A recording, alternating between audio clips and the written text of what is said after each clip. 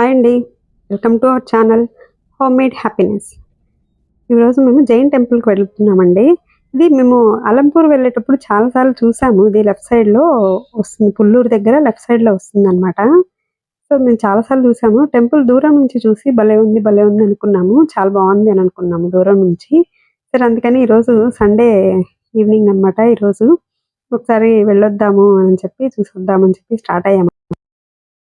ఇదేనండి Jain temple.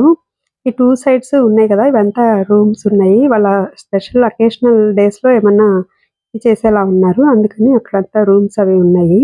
Meeting hall గూడా ఉందండి పెద్దది. మొత్తం పాలరాతి కట్టడం అండి.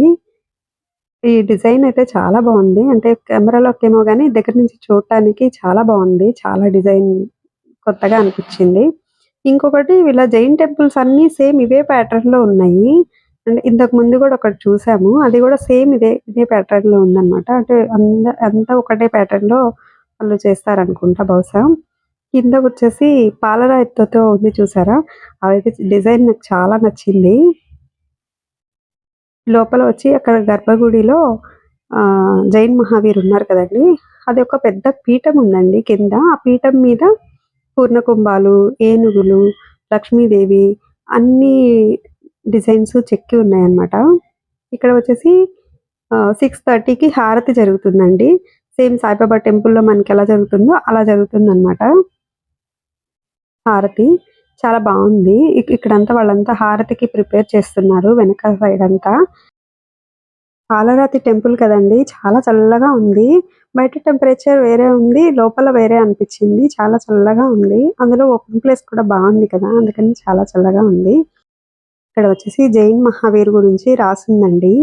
అంటే ఎదుటి వ్యక్తిని ఓడించడం కాదు, ఎదుటి వ్యక్తిలో మార్పుని తీసుకురావడం గెలుపంటే అనని చెప్పారనమాట ఇక్కడ.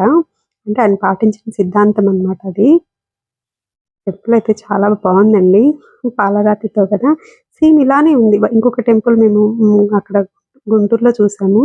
సేమ్ టెంపుల్ ఇలాగే ప్యాటర్న్‌లోనే ఉంది. ఇక్కడ గూడా అలాగే చూసి నేను ఆశ్చర్యపోయాను. బావుందనిపించింది. ఒకటే ప్యాటర్న్‌లో కడుతున్నారు వాళ్ళు. ఈ టెంపుల్స్ అన్నీ. ఇక్కడ వచ్చేటట్లయితే మార్నింగ్ అయితే 7-9 అండి. ఈవినింగ్ అయితే 5-7 బావుంటుంది. వెనకాల బ్యాక్‌గ్రౌండ్ చూసారా? చాలా బావుంది. ఒక సీనరీ లాగా అనిపిచ్చింది. అంటే బ్యాక్‌గ్రౌండ్ సీనరీ పెట్టినట్టు అనిపిచ్చిందనమాట.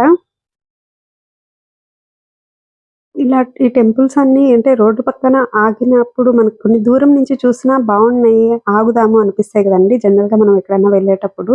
అక్కడ ప్లేసెస్ కూడా మేము ఆగి చూస్తామండి. అంటే ఇప్పుడు యూట్యూబ్ కోసమని కాదు. మామూలుగా గూడా అట్లా మాకు అలవాటనమాట.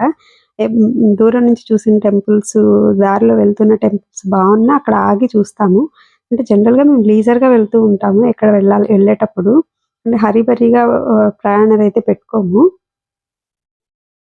ఇక్కడ వెనకాల సీనరీ భలే ఉందండి ఆ టైంకి. చాలా బావుంది. సన్‌సెట్ అవుతున్న టైంలో అన్నమాట. చాలా బావుంది. ముఖ్యంగా ఈ టెంపుల్ డిజైనింగ్ అయితే నాకు చాలా నచ్చింది. చాలా కష్టపడి చేసుంటారు ఇది అని అనిపించింది. చాలా అలాగే ఎక్స్‌పెన్సివ్ గూడా అయ్యుంటుంది. మొత్తం పాలరాయి కదా! ఇక్కడ బయట వాల్ ఉంది చూసారా? ఆ వాలొచ్చేసి అంటే ప్రహరీ గోడ ఉంటుంది గదా! ఆ ప్రహరీ గోడకి ఆ పక్కన నుంచి తెలంగాణ బోర్డర్ అంటండి. తెలంగాణ కిందొస్తుందంట. టెంపుల్‌కి ప్రహరీ గోడకి ఈ సైడ్ నుంచంట ఆంధ్ర వస్తుందంట అక్కడ. అంటే కరెక్ట్‌గా బోర్డర్‌లో ఉందని చెప్పాలి ఇదిప్పుడు. ఇది అడ్రెస్ చెప్పాను గదండీ! పుల్లూరు టోల్ ప్లాజాకి లెఫ్ట్ సైడ్‌లో వస్తుందనమాట. టోల్ ప్లాజా కన్నా ముందే లెఫ్ట్ సైడ్‌లో పుల్లూరు అని బోర్డొస్తుంది కదా! అక్కడ ఉంటుంది ఈ టెంపులు. హైవేకి దగ్గరలోనే ఉందండి. అంటే మేము 7:30 వరకు ఉన్నాము. రిటర్న్ వచ్చేసామింకా 7:30కి. ఈ లైటింగ్‌లో అయితే ఇంద్రభవనంలాగా మెరిసిపోతుందండి టెంపులు. ఇక్కడ ఆ టెంపుల్ వాళ్ళు కూడా ఇక్కడే ఉంటున్నారనమాట. 4, 5 ఫ్యామిలీస్ వాళ్ళు ఉన్నారంట ఇక్కడ. ఇదండి ఈరోజు వీడియో. వీడియో నచ్చితే లైక్ చేయండి. నా ఛానల్‌ని కొత్తగా చూస్తుంటే సబ్స్క్రైబ్ చేసుకోండి. Thanks for watching.